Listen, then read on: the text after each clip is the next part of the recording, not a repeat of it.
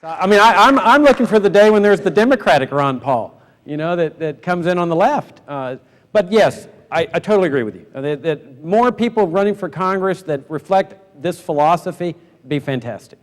Thank you. Yeah. Walter? Okay, what could we do? Since I got in line here, most of what I would suggest has already been spoken on, but I'll expand slightly. Last year, when I was here at this conference, I took some time and visited some friends that live in Chevy Chase, Maryland. Well, it turns out that they happen to live on the same street as Chief Justice Roberts. And I obtained his home mailing address, and now he is receiving Freedom Daily. We'll see if he cites it in one of his opinions. We hope so. We're from several of the states. I don't know how many states are represented.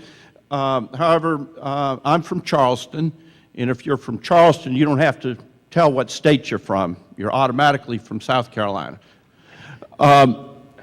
My first district congressman receives Freedom Daily. I need to check with staff and make sure that it doesn't need to be renewed. My U.S. Senators, Comrade Graham and Jim DeMint, receive Freedom Daily. And so I'm kind of waging a low-key, peaceful guerrilla war, sending that out to folks.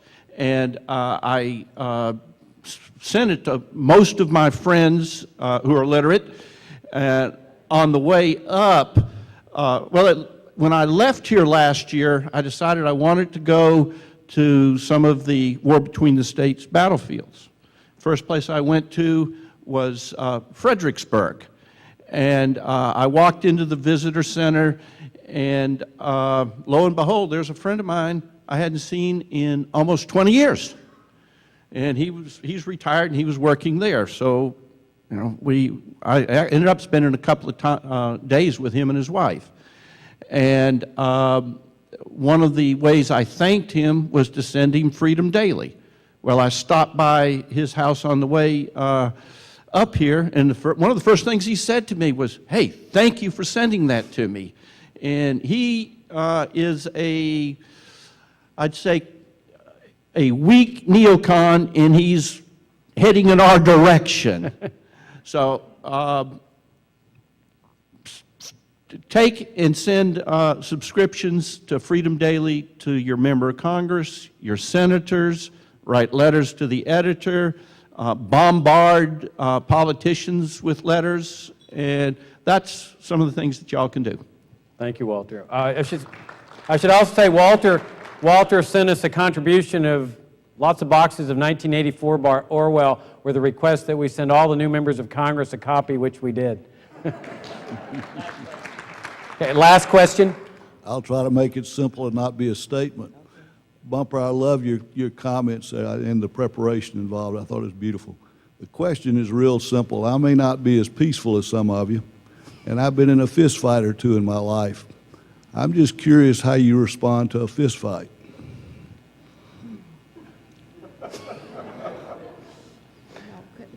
Well, that's an interesting question. I think that, I guess the best way I can answer is that when I was in high school, I was a green belt in karate, and my karate instructor said, the best thing you can ever do when you come under attack is run. And I think in response to a fist fight, I think my first option would be to run, and if I were cornered, I guess I'd fight.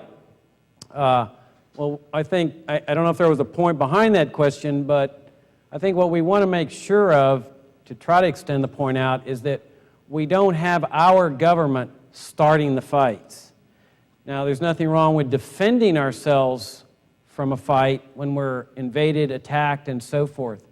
But certainly our government shouldn't be involved in starting the fights.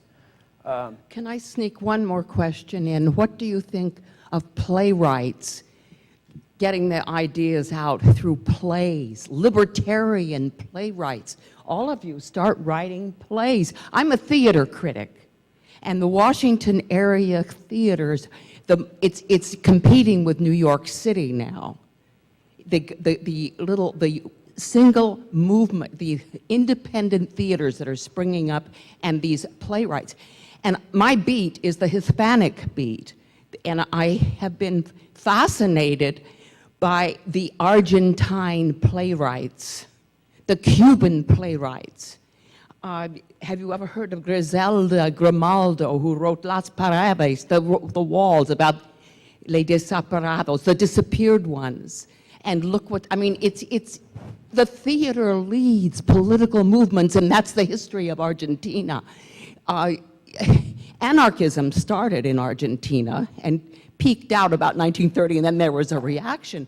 But that's where the ideas are allowed to be played out in a repressive government. And my question is, why do present Argentine playwrights seem obsessed with political ideas, more so than American playwrights?